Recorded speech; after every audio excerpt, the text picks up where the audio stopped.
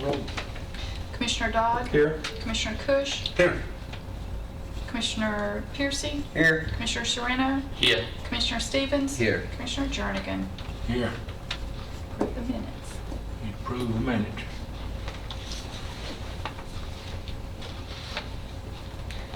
I'll make a motion that we approve the minutes as mailed. Second. Motion made and second. All in favor?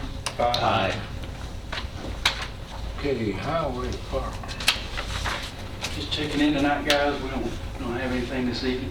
We just, if you have any questions, I was here. Are congratulations in order for you? Perhaps, yes. Did Yes. you take your PE and pass? I did find out that I passed my PE. Congratulations. Yeah. That's a big deal, man. Fantastic. Good for you. Good job. I showed up for that, guys. But anyway, the highway department didn't have anything tonight. Y'all have a wonderful evening. Thank you. Okay, building codes. Good evening. I get from my seat too over there. All right, so the building permit, numbers, we actually redid the report this month to report fiscal year as opposed to calendar year, since everything else we reported was fiscal year. We changed that up a little bit, so if that looks a little different, that's why. And again, our reports are available on our website should you need to look at them after tonight. Total fees collected this month was $101,530. That will bring us to a total of, for this fiscal year thus far, of $1,042,759. Building permits for the month of May, we issued a total of 333 as opposed to 255 of this time last year. 64 of those were single-family dwelling.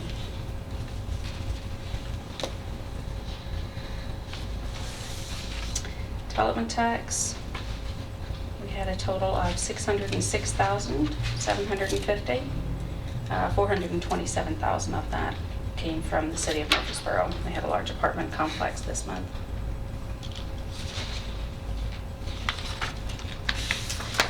And zoning enforcement, same thing. We converted this report also to a fiscal year, to report fiscal year, so that they would all be consistent. So this year, this month, we had a total of 206 inspections. 30 new ones. It's getting into summer, so those numbers start to rise as we get into the summer.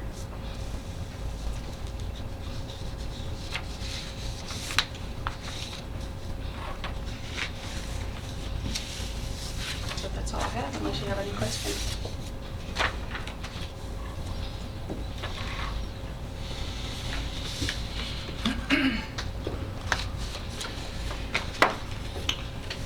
Any questions?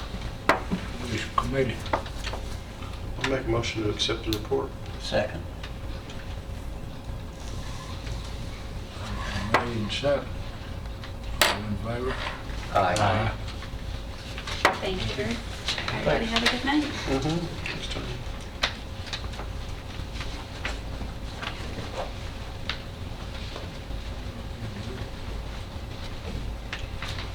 You didn't say it, but you gave me the look, so I'll go ahead and come forward. Hope everybody's doing well tonight. On our report, we have 3 documents you'll see. The first 2 of them are standard reports, of course. The one is the subdivision inventory report. You'll see our total available lots is at 655. This is down slightly from this time last month. I don't remember the exact number, but we did have really just one, what I would call a major plat that was recorded. That was Richmond's Retreat Section 3, which added 18 lots to the inventory. They've already pulled 5 building permits out of that last month. There were several building permits, as Tanya just reported about. So, we're still seeing kind of the ebb and flow right now. We're not seeing just a prolonged increase or a prolonged decrease right now. It's really more just kind of all over the place, really, when you look at the graph that I keep up with on that. The non-recorded lots, that's pretty much hovering right around 3,000 right now. We have construction drawings for a lot of these, and I know that we've had several pre-cons over the last several months, so over time we'll start seeing more and more inventory being added to the recorded plats. So unless there's any other questions about that, I will go on to our rezoning report. We have 3 rezoning cases for your consideration this coming month. It's a little unusual in the fact that all 3 of these properties are pretty much within the same area, really along the same stretch of Shelbyville Pike. The first 2 that we'll talk about really deal with the same properties, the same particular development, which is Davenport Station. Under our first case, which is the Benchmark Communities, as you see, this is for a PUD amendment.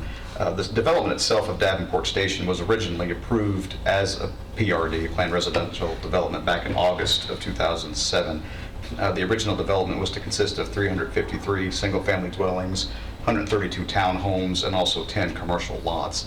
The first preliminary plat was approved by the Planning Commission back in September of 2007, and 2 final plats were approved by the Planning Commission back in July of 2008.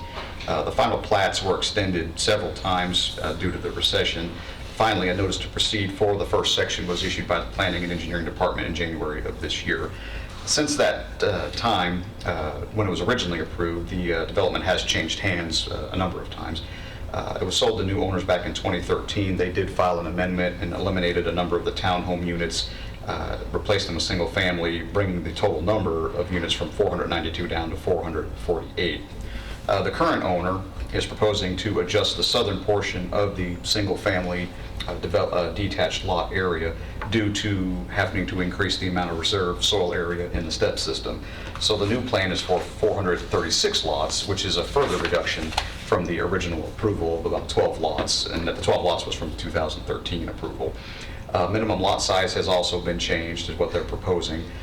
Consistent with the zoning regulations, the applicant did have a neighborhood meeting before this application was considered, or really formally submitted, March 6, 2017.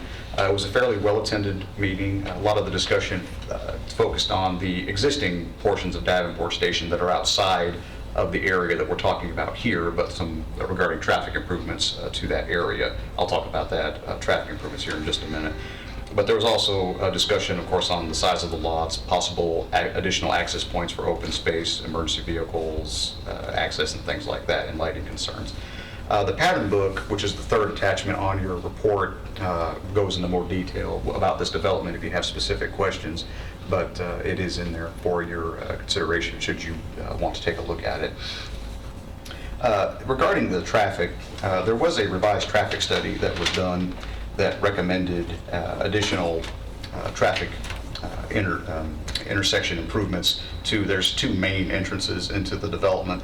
The one that's currently under construction, the section 1, originally didn't have turn lanes in it, but the recommendation showed based on a traffic study, recommended a southbound deceleration lane and a northbound left turn lane at the intersection of what will be called Davenport Drive and Shelbyville Highway.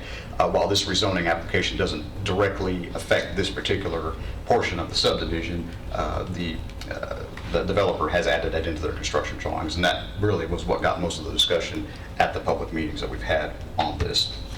Other than that, again, there were some concerns again about the size of the proposed lots, as well as some discussion on price points in the subdivision. The thought that might accelerate demand on county infrastructure and specifically schools. But after discussion, the Planning Commission did recommend approval by a vote of 8-4 and 2 against. The second application, again, is for the same portions of the same property by the same developer. It's a recommendation for commercial services zoning. This, again, I won't go into detail specifically about the development itself because really it's the same thing I just told you about. Essentially, when we rezoned the county back in 2013, this whole area was zoned for residential use. Now, we understood that there were conditional use permits that were out there, and we put some provisions in the ordinance that still honored those conditional use permits, provided they were active or were in the process of becoming active, like Davenport Station was. We knew they were working toward that end. What made this a little unique was that when they approved the planned development for Davenport Station originally, they intentionally left off what uses would be allowed in the commercial lots. And I included some of the minutes from those original meetings in your agenda packets just to kind of show you what their thought process was during that time. So the developer came and asked, they were getting ready to possibly make some change. They wanted to possibly make some changes in those commercial areas. They want to know what they could do, what they couldn't do. So after looking through the file, I said, well, right now you have no approved uses. My recommendation would be you just rezone the property to one of our commercial designations and move forward from there. They started with commercial general, which is, of the 3 classifications we have, is the most permissive of our commercial zones. After a lot of discussion at the Planning Commission, ultimately the Planning Commission did recommend commercial services, which is kind of the middle of the road of the 3 that we have. It's not the most restrictive, but it's not the least. It's kind of a compromise between the 2. The applicant was at the meeting and said that they were fine with that particular change. So that was approved by the Planning Commission by a unanimous vote. The last piece of property that we're considering is just to the north of these properties here that we just discussed. This actually comes as a result of a zoning enforcement action on the property. The applicant moved in a couple of portable structures and covered a section of the property in gravel in order to sell plants, flowers, those kind of things. His intention was to operate an open air market. The applicant was informed that this type of activity was not allowed in residential zone as it's currently zoned for residential use. The applicant, his explanation to his activity was that he thought, since he was selling plants and flowers, he was exempt from local zoning regulation because he figured that was an agricultural activity, to which we explained, well, it's just retail because you're not actually growing them on the site. So after having a discussion, they went ahead and made the application. Really, after listening to the concerns about this particular application, most of them were safety concerns with ingress and egress that were voiced during the public hearing. Most of the discussion really concerned access easements on the property to adjacent tracks. Following the public hearing, there was some discussion on potential future uses and the possibility of considering a planned development for this property, which staff didn't think was appropriate for this property. After further discussion, the Planning Commission did recommend approval, but it was by a vote of 6-4 and 4 against, so it was not unanimous. So with that, I'll be happy to answer any questions. Again, these are all within half a mile of each other. It's kind of unusual that they're all that same stretch of road, but it's kind of interesting. Got any more questions?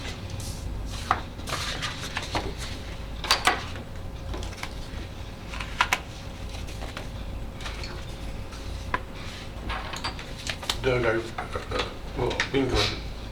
I'll make a motion to approve your report, and then I have a question after that. Second. Motion second approved. All in favor? Aye.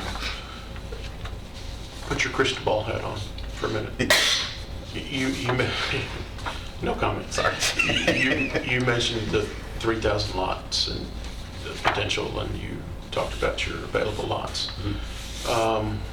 We've got a full commission budget meeting coming in June for the new budget year.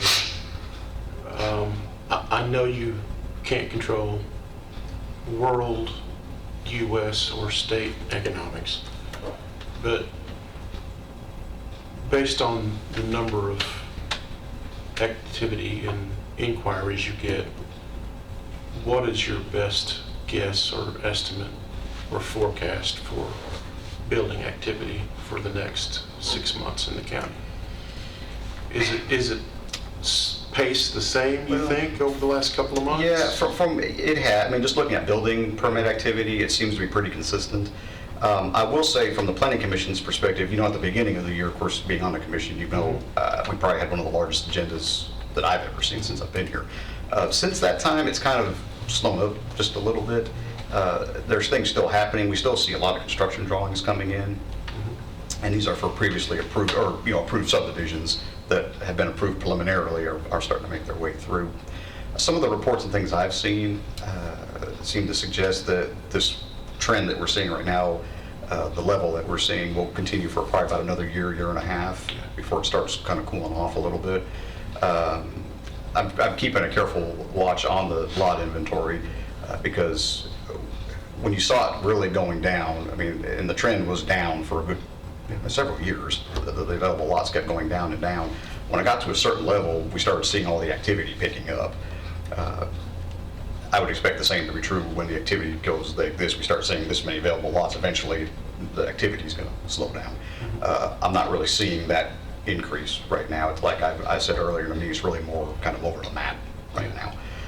But most of the reports I've seen give it about another year and a half-ish before we start seeing a slowdown, at least. Now, hopefully it won't be like we've seen in the past, like a massive recession or anything. But right now, things are just, they're going at a pretty good clip. And I know the city's experiencing, just the same. I mean, of course, for them, they'll experience more just because of the commercial activity. But I know they're covered up as well right now. So I would say probably another year and a half of what we're looking at, based on what I've read. Thank you.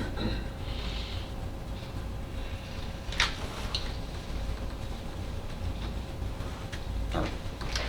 Thank you very much. Yeah,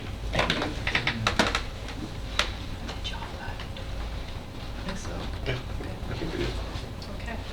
Unanimous?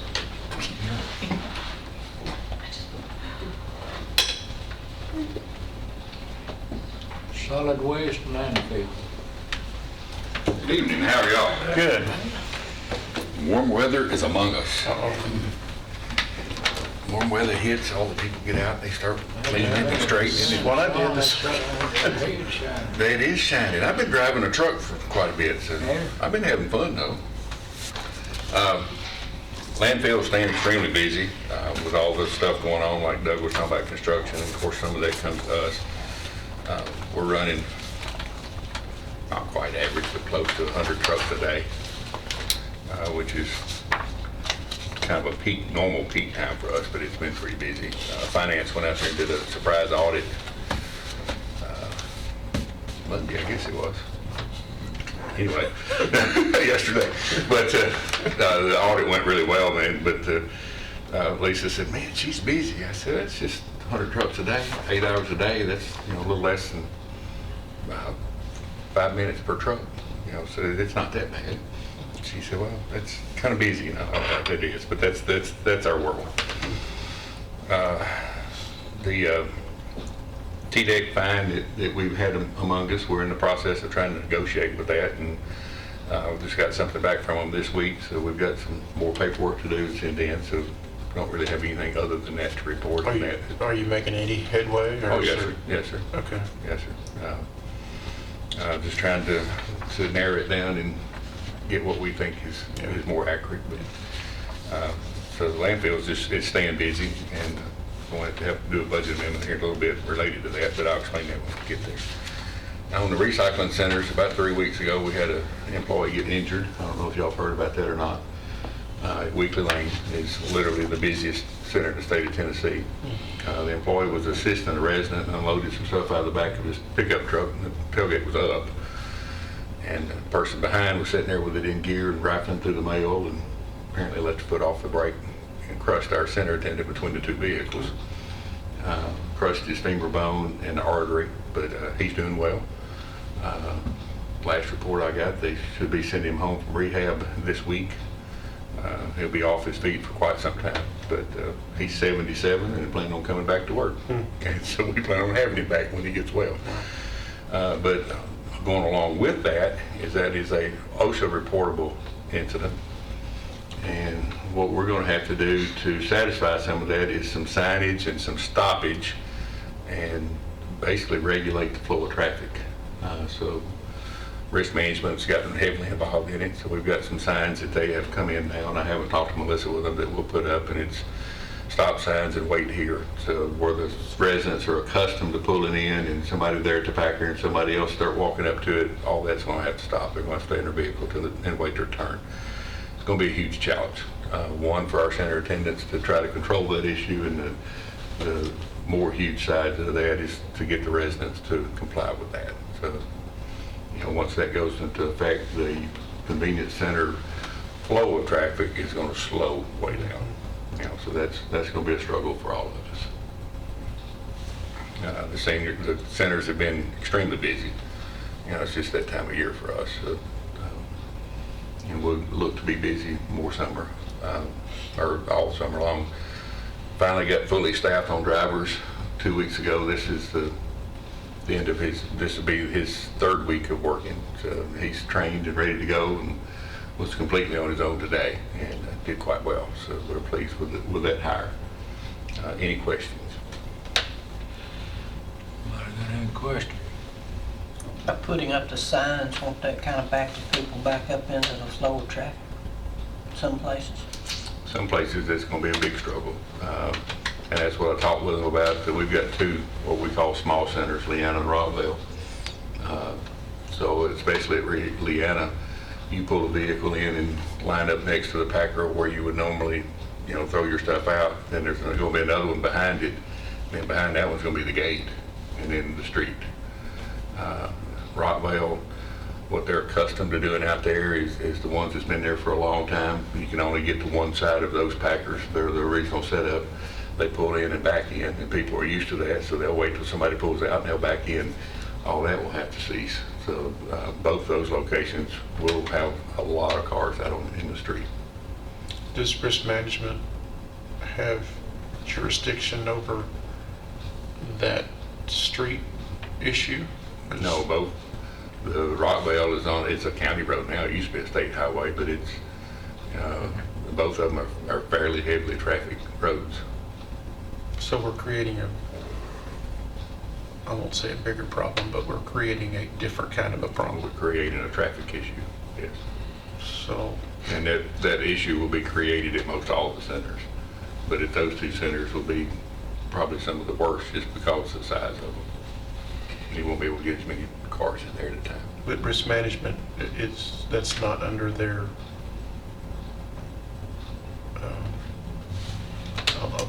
jurisdiction's not the right word. That's If not under we their don't umbrella take- to review. We have to take proactive action or else we'll Right, be from an subject OSHA to standpoint. potential Right, other scrutiny and fines possibly. yeah. On Rockville and Leanna, Yeah. yes, this is going to put 1 or 2 more cars on the road, but it's not uncommon for cars to be lined up on that road now without creating a little bit more space because can't but just a few cars get on the space anyway. Right. And in both of those centers, when we get one of our trucks in there, you pretty much have to shut that center down anyway because there's not enough room for the truck to move around with the vehicles inside of it.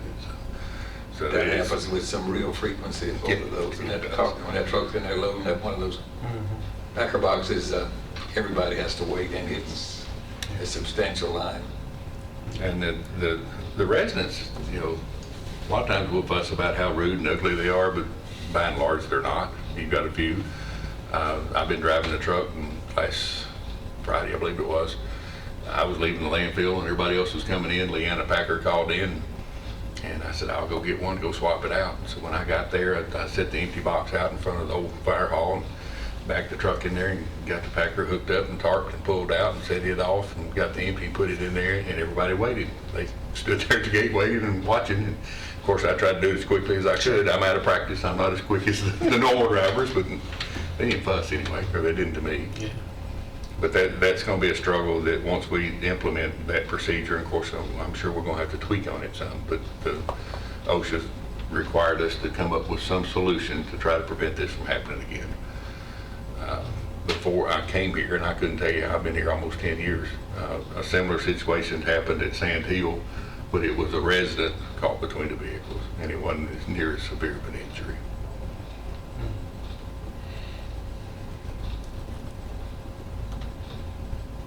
Any other questions? Well, I'll move that we approve his report. Yes, sir. Second. Motion made and second. All in favor? Aye. We have a couple of budget amendments. Hopefully you have 2 pages of budget amendments. We do. You know, and I brought copies for one that we got in actually late. The first one should be a landfill budget amendment for leachate. With the rainfall that we've had, some other things that we may have enough money, but I'm kind of doubtful. So I want to go ahead and do this budget amendment to come out of fund balance to have, just in case we have to spend it. Of course, if we don't have to, we won't. So it's moving $10,000 out of the solid waste fund balance into the post-closure care line item that we pay leachate disposal out of. You want to take them together?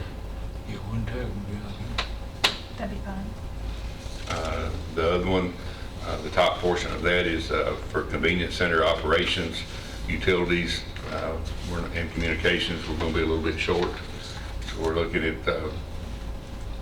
adding $3,000 in communication line item and $2,000 in utilities, taking that out of the fencing line item for $5,000. And the one there toward the bottom is for the landfill with all the extra trucks and stuff, the tickets that required, scale tickets for the tires and the trash. We're probably going to need some more money just to finish out the year on those. That's, your fencing is half your budget, right? Am I reading that right?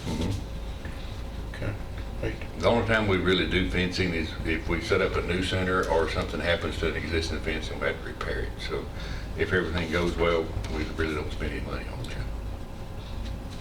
All right.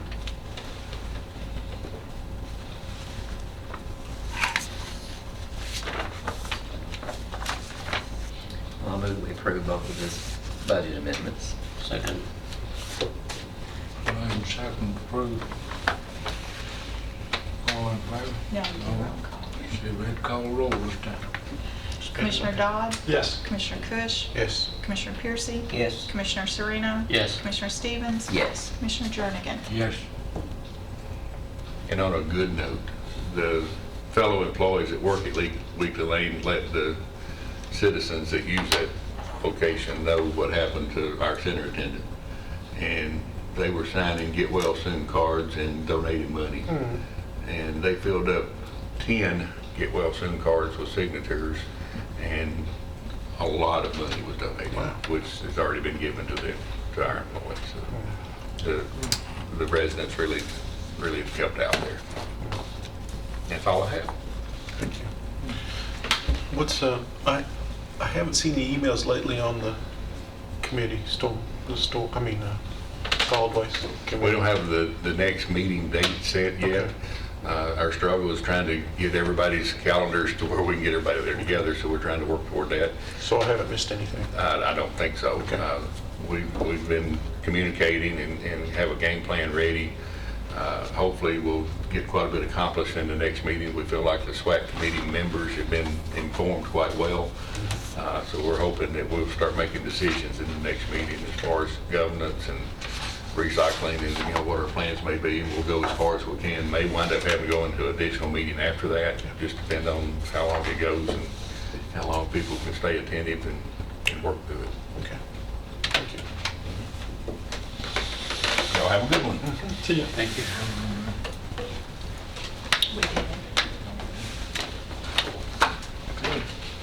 Anybody got any other business? No, we'll adjourn. Do you have anything?